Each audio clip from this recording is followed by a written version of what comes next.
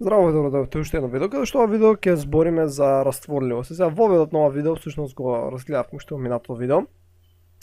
Значи ако имаме еден сад, така кај што имаме еден сад, ќе го наполниме со вода и да речеме дека сакаме да ќе ставиме сол, така во овој сад, односно натриум хлорид, NaCl.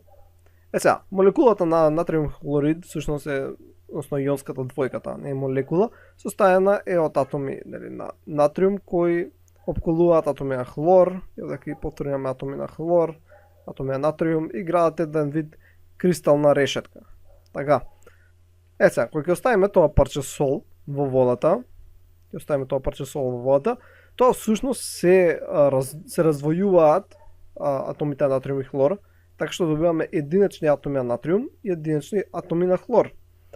Така, ова е со помош на молекулите на вода кои на некој начин се пробиваат измеѓу слабите врски, слабата ионска врска. Мислам не е до толку слаба, ама успеат молекулите вода се пробијат и да го растурат соединението на посебни атоми на натриум и хлор и се местат на следниот начин како што е насликава, бидејќи знаеме дека самите молекули на вода, како што го имаме и атомот на кислород, имаме два водородни атоми, така H2O. Знаеме дека тука имаме парцијално негативен полнеж, дека имаме парцијално позитивни полнежи. Сега, тоа помага бидејќи молекулата на вода е поларна молекула, така што со парцијално негативните страни се насочува кон атомот на натриум, додека со парцијално позитивните страни се насочува кон атомот на хлор. Добро, и сега го растворивме тоа парче сол. Но, сепак знаете дека, например, ако имате еден сад, така и можете вие уште сол да ставате, така, пред да речеме дека се ставил само една лажичка, ова било една лажичка сол и таа се растворила. Добро, сега нормално зависи колку кафе садов и колку вода имаме, но да речеме дека ставаме сол уште и ќе стигне до одредена точка каде што веќе нема да се раствара, едноставно ќе биде само ќе почне да се таложи од дното, така тука ќе почне да се собира сол и веќе нема да се раствара во водата. Сега, тука всушност имаме три фази, односно степени на колку е заситен растворот. Значи пред да почне да се насобира дека дното, вишокот, што веќе не може да се раствори, значи пред тоа да се случи, имаме незаситен раствор. Така, значи може да се додаваат уште многу молекули на сол, или, вака, ќе направиме последно 3 сада, значи ќе направиме 3 сада, 1, 2 и 3, каде што сите ќе бидат отприлика истиот сад, така исти вид на чаша, чисто наполнето вода. И да речеме почнеме да ставаме сол. Така солта ќе брежам со портокалова боја. И ставаме сол, значи ставиме една лајца сол, тоа не е ништо. Така, значи овој раствор сега има дадено количество сол, нормално тука се атоми на натриум и хлор, но овој е незаситен раствор. Така, значи уште не е заситено, значи можеш да ставаш уште сол. И ако ставаш уште сол, таа ќе се раствара. И тоа така ќе биде се додека, нели ти ќе почнеш да ставаш сол и во одреден момент ќе почне да се талоши. Сега, моментот пред да почне да се таложи или моментот чим ќе почне да се таложи, тој раствор веќе е заситен. Така, значи во него има максимално количество сол. Се што ќе додаеш вишок, ќе почне да се таложи. Така, значи во овој растворов дека кој го имаш сега, тој е максимално заситен со сол. Значи тоа ќе биде заситен раствор. Сега, сигурно некој од вас ќе се праша, добро, тоа што ќе биде третото. Значи имавме незаситен, имавме заситен.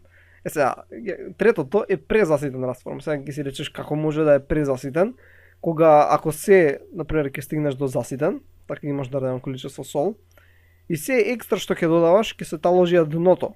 Така, нема веќе да се раствори. И тоа пак ќе си биде заситен раствор, како ќе го направиш презаситен. Сега, за да објасниме како ќе стане овој презаситен раствор, треба да видиме од кои работи зависи растворливоста. Значи, овој раствор нема таложење на дното, него има екстра молекули. Значи, ако овдека сега лупам, имавме 30 атоми на натриум, 30 атоми на хлор, така и тоа беше заситено, се над тоа веќе не може да се раствори, нели се таложеше на дното. По овој презаситениот да речеме дека имаме 50. Сега, прашањето е како сме успеале тие 50 да ги раствориме, кога видовме претходно дека 30 е максимумот. Тие екстра 20 молекули или кој да е некој број, ја го измислив тој број, тие екстра молекули, односно атоми кои сме успеале да ги раствориме, не се всушност екстра. Сега што мислам со тоа? Растворливоста, колку можеш да раствориш, например сега тука овој некој измислен број 30 молекули, зависи од температурата. Значи колку молекули некоја сува цврста супстанца или пак некоја течна супстанца во друга течна супстанца, зависи од температурата. Значи е тоа да го запишеме. Значи растворливоста на течни и цврсти супстанци зависи од температурата на раствор. Сега пазите дека завршам само течни и цврсти, гасовите не би, кај гасовите малце подрукше. Значи зависи од температурата на раствор. И тоа како би изгледало? Например, имаш овдека 3 сада, ќе направиме, кои да речеме дека се сите исти, наполнени со некој си дадено количество вода. И да речеме повторно ставаме сол во нив. Но сите овие раствори се на различна температура. Така, ово е на некоја си температура од 30 степени Целзиусови, ово е на температура од 40 степени Целзиусови, а ово е на температура од 80 степени Целзиусови. Сега, иако сите имаат исто количество вода, бројот на молекули на сол, односно јонски двојки на сол, ќе биде различен во растворот. Така, да речеме, при 30 степени Целзиусови дека можеш да раствориш во дадено некоја си количество вода, 30 молекули на сол. Така, во 40 степени Целзиусови можеш да раствориш 40 молекули на сол, а на 80 степени Целзиусови можеш да раствориш 80 молекули на сол. И рековме дека V, волуменот на вода, е еднаков помеѓу сите, значи V1, V2, V3, тие сите имаат исти волумен на вода, значи сите се еднакви помеѓу себе, но иако имаат еднаков волумен на вода, имаат различно количество на сол, бидејќи температурата е различна. Сега, како го добиваме тој презаситениот раствор? Значи ќе го земеме например овој кој е на 80 степени. Така, ќе го земеме овој кој е на 80 и ќе ставиме сол, се додека немаме 80 молекули. Така и сега имаме 80 молекули на сол внатре у растворот. Сега, од кога тоа ќе го направиме, ќе почнеме многу пажливо да го ладиме. Сега многу е важно да биде тоа супер чиста супстанца, да нема некои кристали внатре и не може со сите супстанција да се прави.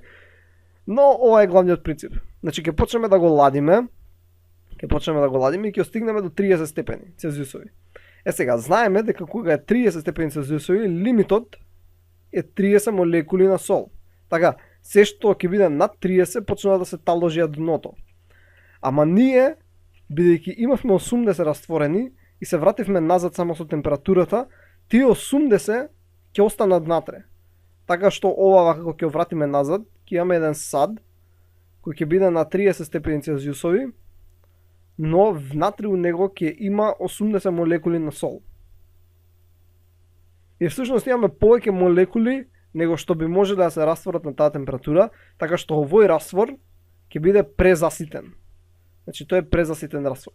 И кога овие презаситените раствори има толку многу слободни молекули на натриум и хлор, значи да речеме дека со зелена боја да ги повториме дека зелените се хлор, портокаловите се натриум, така. И знаеме дека равенката е следнава. Значи тука ќе запишеме NaCl, NaCl, всушност е урамнотежа со Na+, Cl-.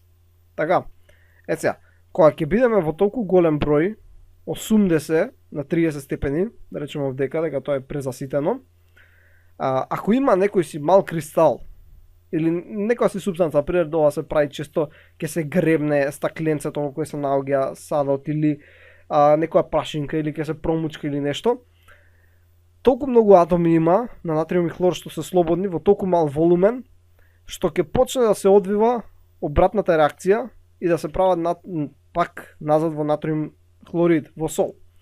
И се добива еден процес на кристализација, каде што всушност ќе се направи како мрежа од сол. Значи нема биде коцки како што си оставил, него ќе биде како мрежа, целата како кристали ќе се направат од сол, бидејќи ќе се врати назад во солид и нема да биде растворено.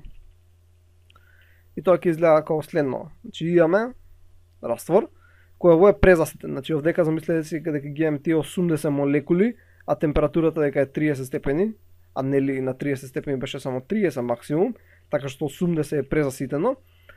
И става некое со стапче, всушност ова е стаклено стапче, ќе го гребне зидот, се гребне од зидот или овдека има кристалче, има кристалче можеш да земеш, да ставиш, дали парче сол или некоја си друга субстанца, и почнуваат околу него да се формираат кристали.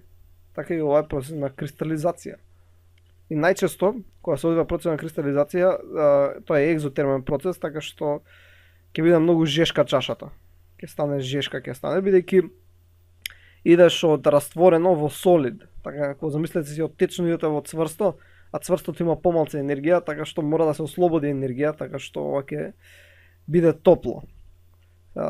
Замислете си вака, идеш од течно во цврсто, а цврстото има помалку Г, значи промената во делта Г всушност ќе биде негативна со цел да стигнеш до солид, бидејќи течноста има повисоко Г, така за да стигнеш до пониско Г, ти мора да оддадеш енергија. И затоа чашата ќе биде загрејана, така ќе биде потопла, екзотермен процес. Сега, ова правило дека со раст на температурата се зголемува растворливоста е прилично општо правило, како што реков важи за течни цврсти супстанции кои се раствараат во течен раствор, во течен растворувач, но за секоја супстанца која се раствара има различна зависност од температурата. Например, ние го земавме натриум хлорид, но у вистина, у пракса, растворливоста на натриум хлорид не се променува толку многу со промена на температурата. Преко направиме еден вака график, каде што овдека е растворливост, колку ќе се раствори, овдека да речеме дека е Т, температура. Така што кај супстанции каде што со зголемување температурата се зголемува растворливоста, би изгледало нешто вака, така. Ако се зголемува кај некоја, например, ова да речеме дека некоја субстанца X, кај некоја друга субстанца Y, со мало зголемување температурата многу се зголемува растворливоста кога некоја субстанца Y, така кај натриум хлорид која земавме примерот, нема некоја си многу покачување, така. Мислам со температурата расте растворливоста, ама не до толку. Значи не е толку значајно покачувањето. И за секоја субстанца е различно. Но сепак најлесен е примерот со натриум хлорид, бидејќи имаме само два атоми, два иони. Сега, кај гасовите е обратно. Значи рековме дека растворливоста на течни цврсти субстанции зависи од температурата растворот, каде што право пропорционално, значи ако се зголеми температурата, се зголемува растворливост. Додека кај гасовите е обратно. Значи кај гасовите растворливоста на гасовите субстанции кои ставаме од течни растворувачи зависи право пропорционално од притисокот, а обратно пропорционално од температурата. Значи овдека со зголемување температурата се намалува растворливоста. И ова можете да си го визуализирате на следниот начин, значи ако имаме еден сад, кај што овдека сега ќе зумираме многу, значи имаме еден сад, ќе го исполниме со вода, например, или некоја си течна субстанца, и имаме газ. Например, ќе направиме дека ова е газот. Така, сега нормално дека имаме многу молекули, но ја ќе го нацртам као меурче. Така, нормално тоа не е меурче, уште тоа е многу мало меурче, нема да се види со голо око, но да дека имаме многу атоми, така. Сега, ќе направиме неколку вакви. Околу него се наоѓаат молекулите на вода. Значи околу него се наоѓаат молекулите на вода. Сега гасот, бидејќи не реагира со водата, едноставно само го раствараме у нејзе, тој бидејќи има помала густина сака да искочи нагоре. Така сака да искочи нагоре. Односно да се одраствори од раствор, така да не биде раствор. Сега нормално молекулите на вода му пречат и не му даваат, го стискаат со сите страни. Сега што е поголем притисокот? Значи што е поголем притисокот? Тоа повеќе ќе го стискаат овие молекули на некој начин. Ова сега не се случува баш вака, ама ова е една добра визуализација да си замислите, за да можете да запамтите дека е право пропорционално од притисокот обратно температурата. Значи кога има поголем притисок, овие молекули на вода повеќе го стискаат гасот. Така што гасот останува внатре во растворот. Значи останува растворен. Додека ако ја зголемиме температурата, да ги тргнеме. Значи ако ја зголемиме температурата, што се случува? Ако зголеме температурата, сите овие молекули добиваат повеќе енергија и почнуваат да се движат наоколу. Така сите овие почнуваат да се движат наоколу и со тек на време всушност ќе се олабави ова стискање, бидејќи молекулите во вода некако ќе се оддалечат од гасот. И сега тој гас ќе може да се исплови нагоре и да искочи. Така што со зголемување на температурата се намалува растворливоста на гасот, а со зголемување на притисокот се зголемува растворливоста на гасот. И го давав овој пример во минатото видео, преку имате шише газиран сок и кога ќе се отвори, како нацртав шише, нема врска. Нека биде некој си сад вака, имаш со газиран сок и кога ќе го отвориш ќе почне меурчиња да искачаат на површината, да искачаат таму, вака и меурчиња ќе почне да искачаат на површината. Бидејќи они го раствараат гасот под притисок. И ти кога ќе го отвориш капачето, се ослободува дел од гасот.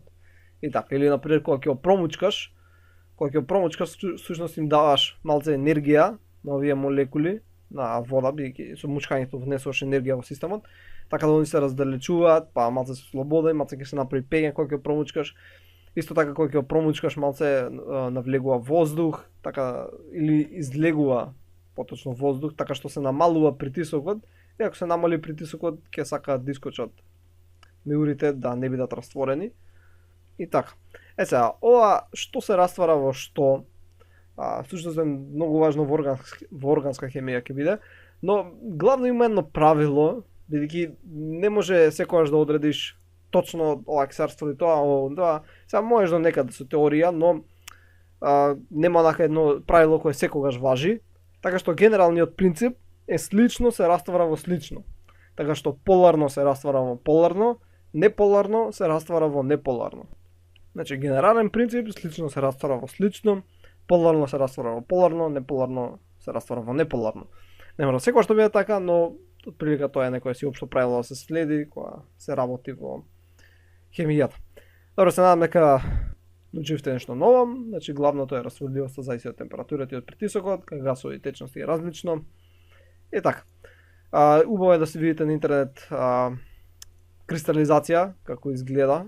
Значи изгледа доста интересно. Ја не можам да покажам видео веќе ќе има копирајт, прават проблем.